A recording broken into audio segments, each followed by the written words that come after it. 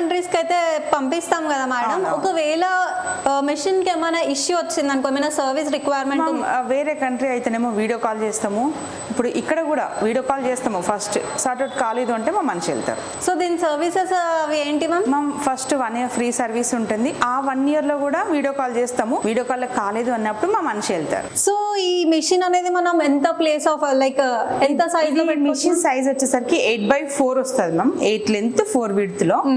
But ఏంటంటే machine మనం install చేయాలంటే కనీసం 12x10 లేదా 12x12 రూమ్ ఉండాలి. ఓకే.